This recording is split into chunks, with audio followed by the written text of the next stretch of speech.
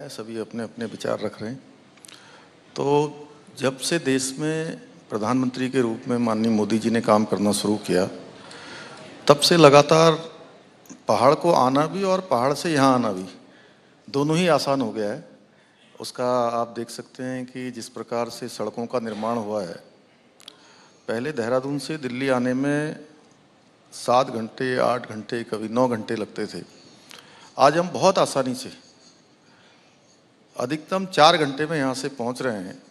और आने वाले समय में जो एलिवेटेड रोड बन रही है, मुझे आपके चैनल के माध्यम से आप सबके बीच में कहने में खुशी भी हो रही है कि दिल्ली से देहरादून की जो फ्लाइट है, आने वाले समय में वो बंद न हो जाए कहीं। क्योंकि जो दिल्ली से देहरादून का सफ़र है वो मात्र 2 घंटे में पूरा होगा। नई एलिवेटेड रोड बन रही है। 4 धाम में हमारे यहाँ पर जाने के लिए, बद्रीनाथ जी जाने के लिए आज ऋषिकेश से 6 घंटे में पहुँच रहे हैं। पूरे पहाड़ के अंदर जो है एक से एक नए काम शुरू हो रहे हैं। ऋषिकेश में हमारा एम्स संचालित हो रहा है, इसमें हज़ारों लोगों को ओपीडी मिल रही है। एक नया एम्स का सैटेलाइट सेंटर हमारा उधम सिंह नगर में जल्दी उसका निर्माण कार्य शुरू होने वाला है। ऐसे अनेकों अनेक योजनाओं पर काम हो रहा है और केंद्र से लगातार माननीय प्रधानमंत्री जी के मार्गदर्शन में, उनके निर्देशन में हमारी सरकार तेज़ी से सब में काम कर रही है। और उनका चूँकि स्वयं भी पहाड़ से और उत्तराखंड से एक विशेष लगाव है। आज हम बाबा केदार की बात करें, वहाँ पर पुनर्निर्माण का कार्य तेज़ी से चल रहा है। 2013 की आपदा में सारा का सारा वहाँ पर परिसर क्षतिग्रस्त हो गया था। उस परिसर के पुनर्निर्माण का कार्य तेज़ी से हो रहा है। आदि गुरु शंकराचार्य जी की समाधि वहाँ लगा दी गई है, उनको पुनः स्थापित कर दिया गया है। तमाम सारे काम वहाँ पर चल रहे हैं। इसी प्रकार से बद्रीनाथ धाम का मास्टर प्लान, उस पर भी काम शुरू हो गया है। और कुमाऊँ क्षेत्र में हमारे पूरे सभी पुराने मंदिर, जिसमें कि जागेश्वर धाम से लेकर नीम करोली बाबा, हमारे गोलजू सर्किट, नीम करोली बाबा, हमारे गोलजू सर्किट, पाताल भुवनेश्वर, जागेश्वर धाम, अनेकों अनेकों स्थानों पर, उन सभी स्थानों पर तेज़ी से कार्य हो रहा है। मानसखंड कॉरिडोर योजना हमारी एक एक करके एक 2 3 चरणों में उसके काम को हम लोगों ने प्रस्तावित किया है। उस पर काम हो रहा है कि मैं कहूँ कि जिस प्रकार से मोदी जी ने नव भारत, एक आत्मनिर्भर भारत का संकल्प लिया है, उस कड़ी में हम लोगों ने भी नव निर्माण उत्तराखंड का एक प्रारंभ किया है। उस दिशा में आगे बढ़ रहे हैं। 75 साल पहले जब देश आज़ाद हुआ, फिर संविधान बना, तो एक बिंदु था डायरेक्टिव प्रिंसिपल्स में यूनिफॉर्म सिविल कोड का। वो यूनिफॉर्म सिविल कोड आप राज्य में लागू करने जा रहे हैं। वो बात कहाँ तक पहुंची? ये चुनावों में क्यों बनाया गया मुद्दा? देखिए, चुनाव से पहले चूंकि हमने ये उत्तराखंड की देवतुल्य जनता के सामने कि उत्तराखंड देवभूमि है, उत्तराखंड जहाँ गंगा का प्रदेश है, देवों का प्रदेश है, सैनिक बाहुल्य प्रदेश है। प्रत्येक परिवार से उत्तराखंड के अंदर कोई ना कोई सेना में काम करता है। देश के अंदर किसी के बेटी काम करती है, कहीं बेटा काम करता है, कहीं चाचा करते हैं, कोई किसी के नातेदार, रिश्तेदार, कोई ऐसा परिवार नहीं है जहाँ से सेना के अंदर कोई ना कोई या देश की सीमाओं की रक्षा के लिए अपना योगदान न दे रहा हो। 2 अंतर्राष्ट्रीय सीमाओं से हमारे राज्य की सीमाएं लगी हुई हैं। तो हमने ये उत्तराखंड की देवतुल्य जनता के सामने इस चुनाव से पहले ही, इस चुनाव के बाद नहीं, चुनाव से पहले हमने ये संकल्प रखा था कि हमारी नई सरकार का गठन होगा। नई सरकार के शपथ ग्रहण के बाद हम जो सबसे पहले कोई निर्णय लेंगे तो उत्तराखंड के अंदर हम यूनिफॉर्म सिविल कोड बनाने की प्रक्रिया को आगे बढ़ाएंगे। और हमने चूँकि उत्तराखंड की देवतुल्य जनता ने हमें मैंडेट दिया, अपना समर्थन दिया, आशीर्वाद दिया, और हम उस दिशा में आगे बढ़ गए हैं। और जस्टिस रंजना प्रकाश देसाई जी के अध्यक्षता में 5 सदस्यीय कमेटी ने अपना काम करना शुरू कर दिया। 2 बैठकें उसकी हो गई हैं।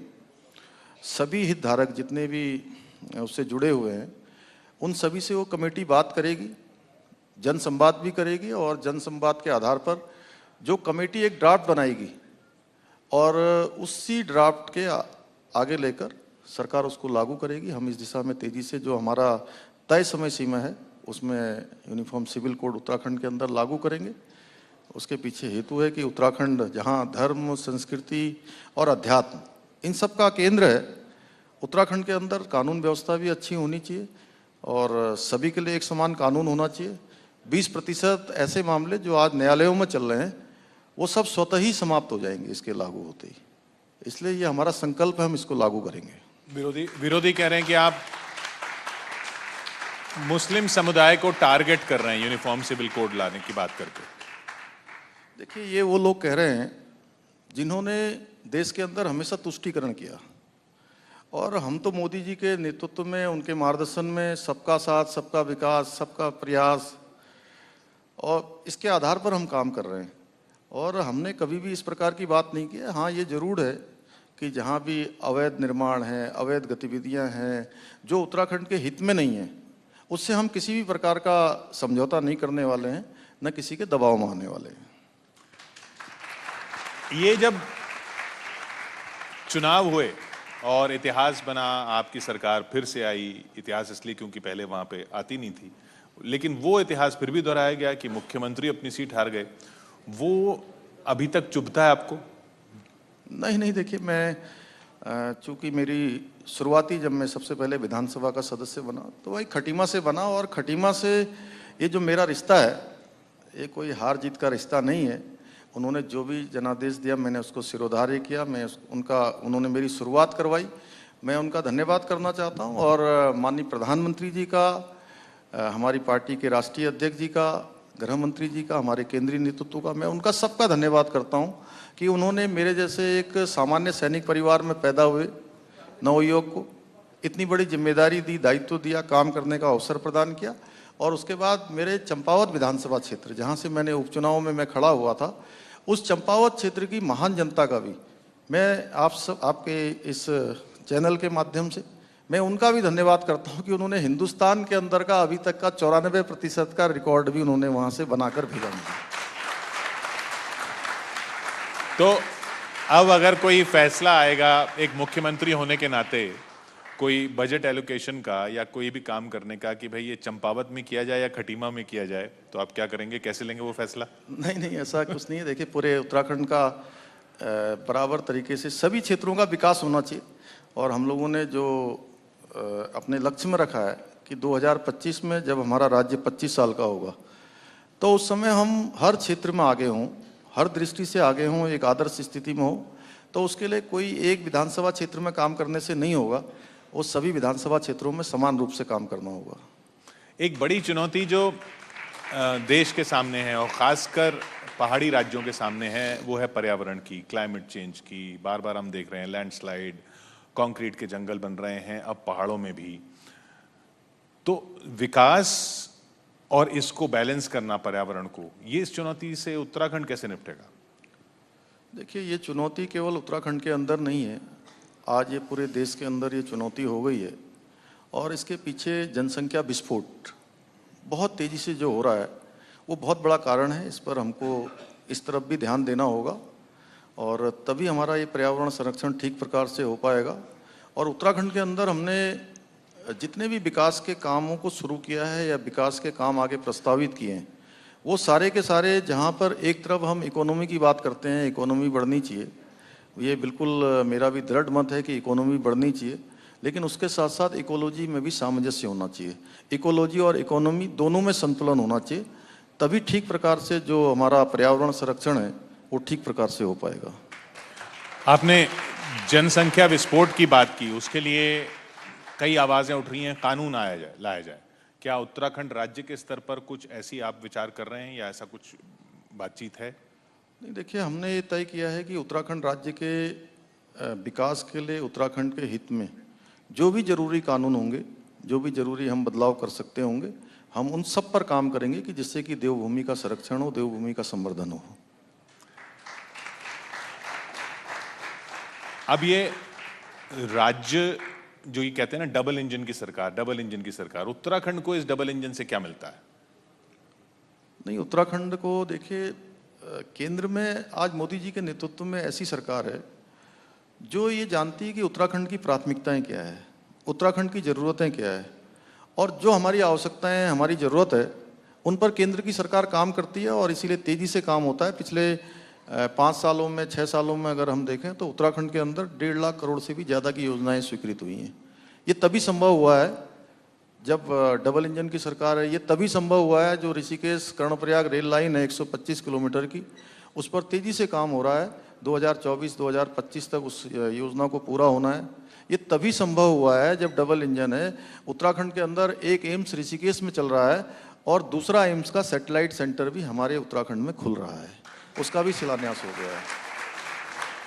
ऐसे अनेकों कार्य, चार धाम यात्रा के ये आसान रास्ते बन पाए हैं। दिल्ली से देहरादून हो, दिल्ली से देहरादून से हरिद्वार हो, हरिद्वार से उधम सिंह नगर हो, उधम सिंह नगर से पिथौरागढ़ हो, रामपुर से हमारे काठगोदाम को जाने वाली सड़क हो, मुरादाबाद का बाईपास हो, रामपुर का बाईपास हो, रुद्रपुर का बाईपास हो। ये तभी संभव हुआ है जब डबल इंजन है। तो डबल इंजन के कारण से बहुत तेज़ी से, तेज गति से उत्तराखंड आगे बढ़ रहा है। आज से कुछ वक्त पहले जब आप मुख्यमंत्री नहीं थे, तब जो उत्तराखंड आपने देखा और अब एक मुख्यमंत्री की नजर से जब आप उत्तराखंड देखते हैं तो क्या फर्क पाते हैं?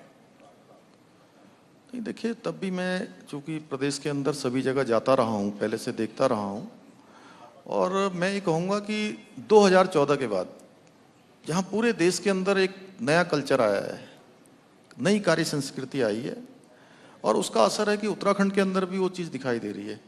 मेरे मुख्यमंत्री बनने से पहले भी उत्तराखंड का विशेष रूप से केंद्र के द्वारा यहाँ से सारी चीज़ों पर ध्यान दिया जा रहा था, संरक्षण किया जा रहा था। और अब चूँकि मैं भी समय समय पर माननीय प्रधानमंत्री जी से, हमारे गृह मंत्री जी से, हमारे अन्य केंद्रीय नेताओं से, सबसे समय समय पर उनका मार्गदर्शन मिलता रहता है और तेज़ी से आगे बढ़ रहा है। हमारी जितनी भी योजनाएं, परियोजनाएं, चाहे वो जल विद्युत के क्षेत्र में हो, सड़क परिवहन के क्षेत्र में हो, या उद्यान फल बागवानी के क्षेत्र में हो, सभी पर तेज़ी से जो है सब पर हमें उनका आशीर्वाद मिल रहा है और काम हो रहा है। राजनीति की जो बात करते हैं कि विपक्ष जो है वो पढ़ नहीं पा रहा है, जनता की नब्ज नहीं पढ़ पा रहा है, ऐसी क्या नब्ज है जो आप लोगों ने पढ़ ली है? ऐसी क्या नब्ज है कि जो इतिहास होता है कि भाई हर बार सरकार पलटती है उत्तराखंड में, वो भी बदल जाता है, केंद्र में हो चाहे अलग अलग राज्यों में हो, एक टारगेट दे दिया जाता है कि इतना हम पार करेंगे, वो पार भी हो जाता है। ये क्या पकड़ा है आपने? कि मोदी जी के नेतृत्व में देश के अंदर गरीब कल्याण की योजनाएं बनी हैं।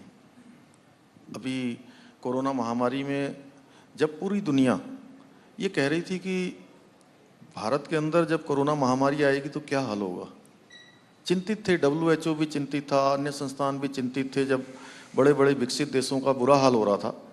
ऐसे समय में जिस प्रकार से कोरोना महामारी में भारत के अंदर प्रबंधन किया गया और उसके बाद कोई काम रुका नहीं, सारे काम देश के अंदर होते रहे। एक वैक्सीन मुफ्त में लगाई गई, दूसरी वैक्सीन मुफ्त में लगाई गई, अब तीसरी बूस्टर डोज के रूप में ये वैक्सीन भी मुफ्त में लगाई जा रही है।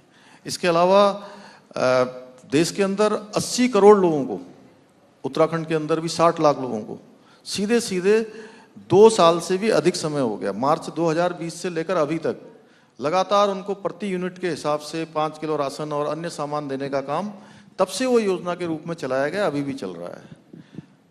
तो कहीं ना कहीं गरीब को लगता है कि हमारे संरक्षण के रूप में, हमारे परिवार के मुखिया के रूप में भारत के अंदर जो सरकार है, जो प्रधानमंत्री मोदी जी हैं, वो निश्चित रूप से एक एक व्यक्ति की चिंता कर रहे हैं।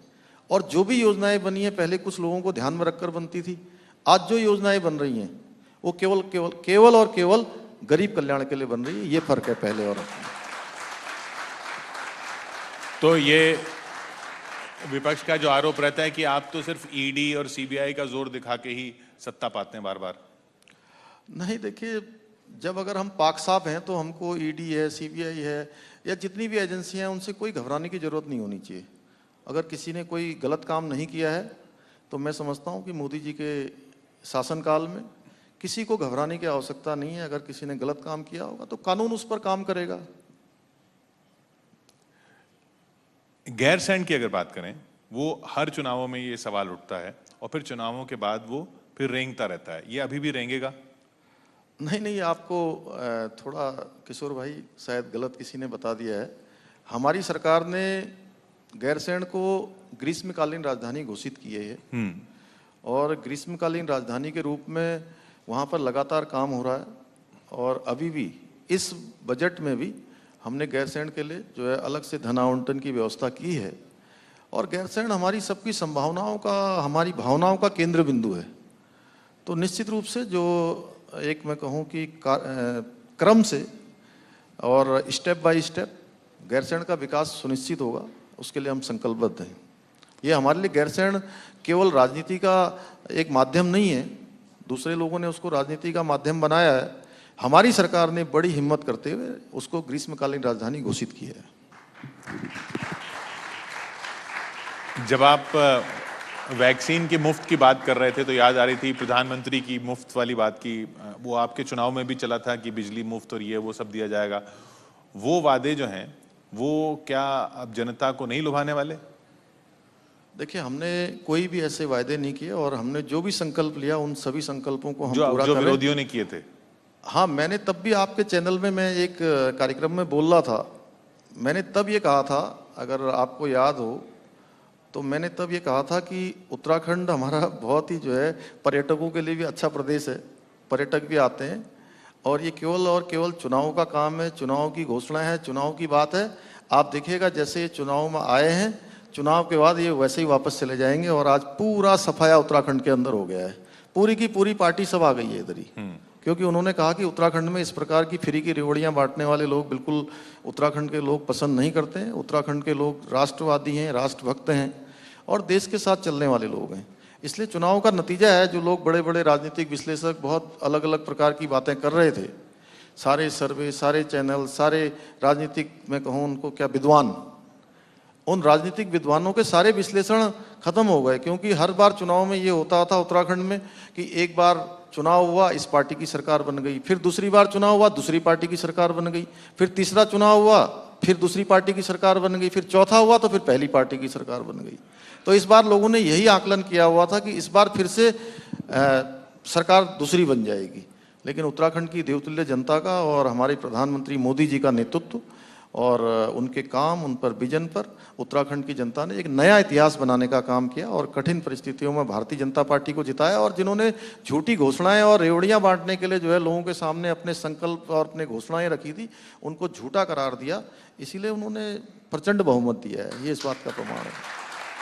तो वो लोग कहते हैं कि हम अगर बिजली मुफ्त की बात करें विकास के लिए तो वो रेवड़ी हो गई, और आप अगर वैक्सीन मुफ्त की बात करें वो रेवड़ी नहीं है, ऐसा क्यों? देखिए, जहाँ तक बिजली की, पानी की, ये सब तमाम घोषणाओं की बात है, वो केवल और केवल उत्तराखंड के अंदर उस समय में करी गई जब चुनाव आने वाला था। और कोरोना वैक्सीन देश के गरीब को देने की बात हो या उनके घर का चूल्हा न बुझे, कोई भूखे पेट न सोए, वो उस समय की आवश्यकताएं थी। इन दोनों में ये अंतर है।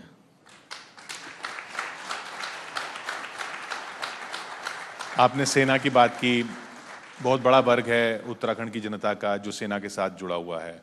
अभी ये अग्निवीर को लेकर इतना बवाल हुआ देश में, इतनी आग लगी। उत्तराखंड के लोगों को आप क्या कहेंगे इस पूरी योजना के बारे में, उनका अगर कुछ संशय है तो? देखिए, उत्तराखंड हमेशा देश के साथ चलने वाला राज्य है। मैंने कहा कि उत्तराखंड से जब भी देश के अंदर कोई भी लड़ाई लगी है, कोई भी वार हुआ है, तो उत्तराखंड के लोगों का बहुत बड़ा योगदान रहा है।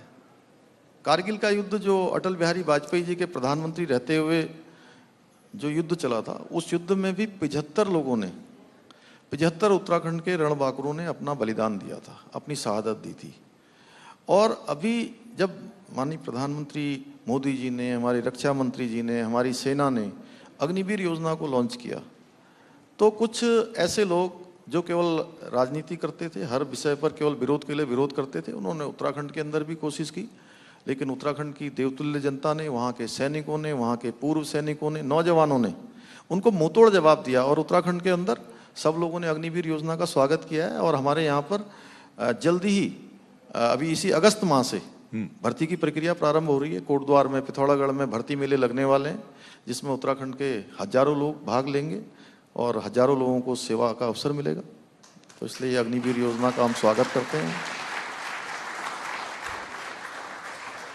आज़ादी के अमृत महोत्सव में हम आज अमृत रत्न सम्मान दे रहे हैं उन लोगों को जिन्होंने देश का मान रखा है। आप जब बड़े हो रहे थे, आपके बचपन में आपके कौन से वो प्रेरणा स्रोत थे, कौन से वो आपके अमृत रत्न थे जिनको आप देख के कहते थे कि देश के लिए काम हो तो ऐसा हो?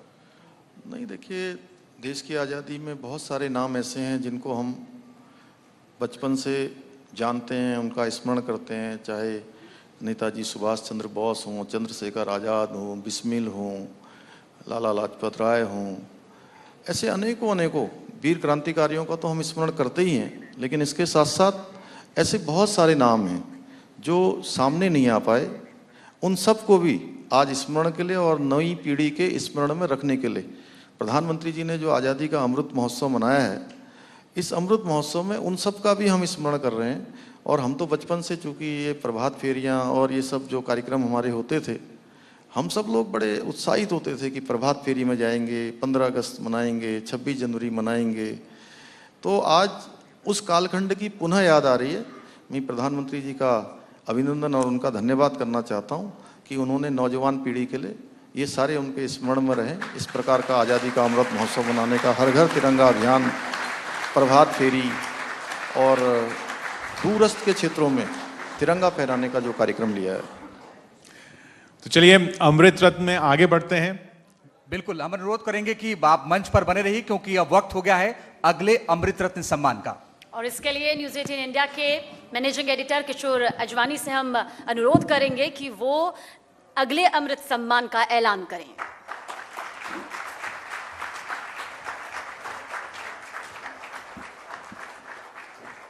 हमारे अगले सम्मान के पीछे जो चेहरा है, उन्हें देश मिसाइल वुमन ऑफ इंडिया के नाम से जानता है। जी हां, लॉन्ग रेंज मिसाइलों के मामले में भारत ने जो शक्ति और सामर्थ्य हासिल किया है, उसमें उनका बहुत बड़ा योगदान रहा है। हम बात कर रहे हैं टेसी थॉमस जी का। Tessy Thomas, missile woman of India. इनकी कहानी भारत